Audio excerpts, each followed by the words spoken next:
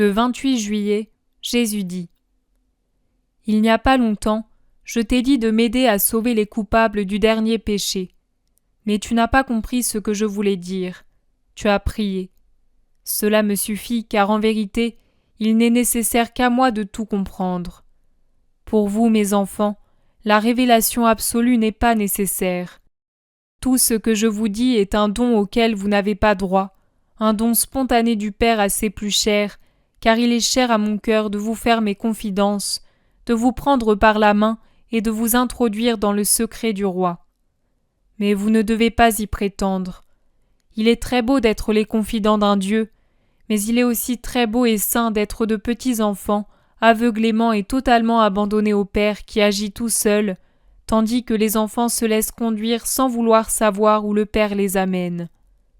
Soyez sans crainte, ô mes enfants, je vous guide sur les voies du bien.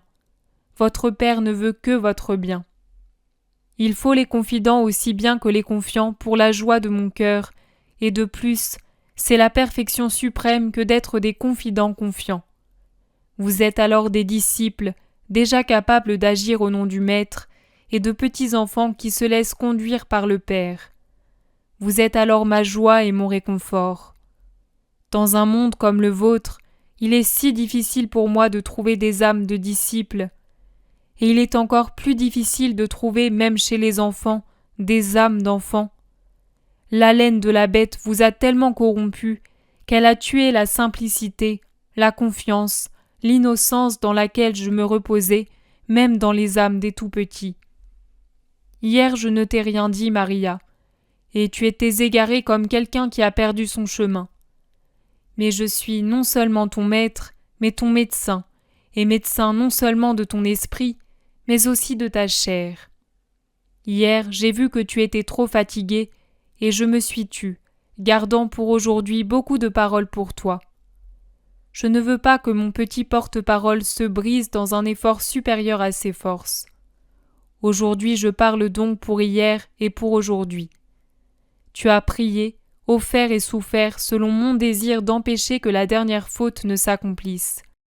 Et tu as réussi, même si tu pensais une chose, et en réalité la dernière faute en est une autre. J'avais inspiré dans les meilleures âmes un grand désir de prier et de souffrir à cette fin, parce qu'il fallait beaucoup, beaucoup, beaucoup d'efforts pour mener la chose à terme sans que le premier mal ne dégénère davantage. Hier, le seul signe que j'étais avec toi pour être ta lumière et ta voix fut que je guidais ta main pour ouvrir le livre aux pages qui, à travers les siècles, parlent d'aujourd'hui. Nous allons les lire ensemble et je vais les commenter pour toi. Mais depuis hier, tu as compris qu'en ces pages, on peut lire le présent. Un grand mal a été empêché, Maria, un grand mal. J'ai eu pitié de vous, peuple dont la Rome chrétienne est le cœur. Mais maintenant, plus que jamais, il faut beaucoup prier et souffrir, Maria, et faire prier et souffrir si possible, mais c'est plus difficile parce que les héros de la souffrance sont peu nombreux, pour que le grand mal qui a été mis en déroute ne germe pas, telle une plante nocive, en 1000 petits mots qui finiraient par former un bois maudit, dans lequel vous périrez tous dans une inimaginable horreur. J'ai eu pitié de vous.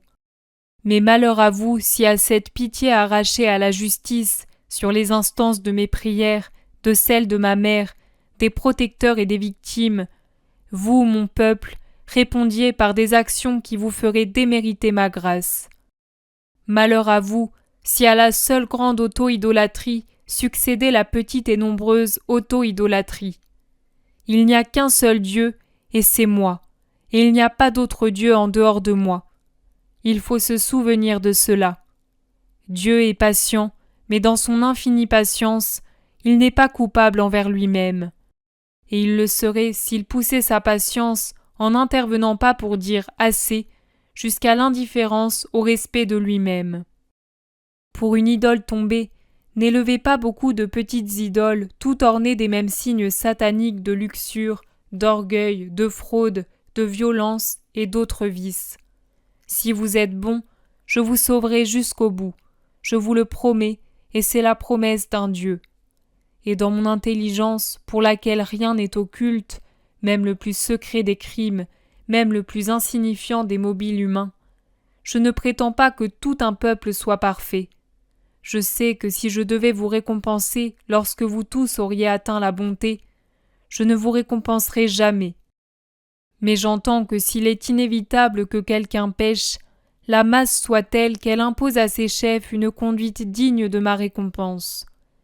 Car, et ne l'oubliez pas, les chefs commettent les péchés, mais c'est la masse qui par ses péchés moindres porte les chefs au grand péché. C'est tout pour l'instant, ma chère âme. Plus tard, nous relirons ensemble Isaïe, et comme à la synagogue et au temple, je le commenterai pour toi.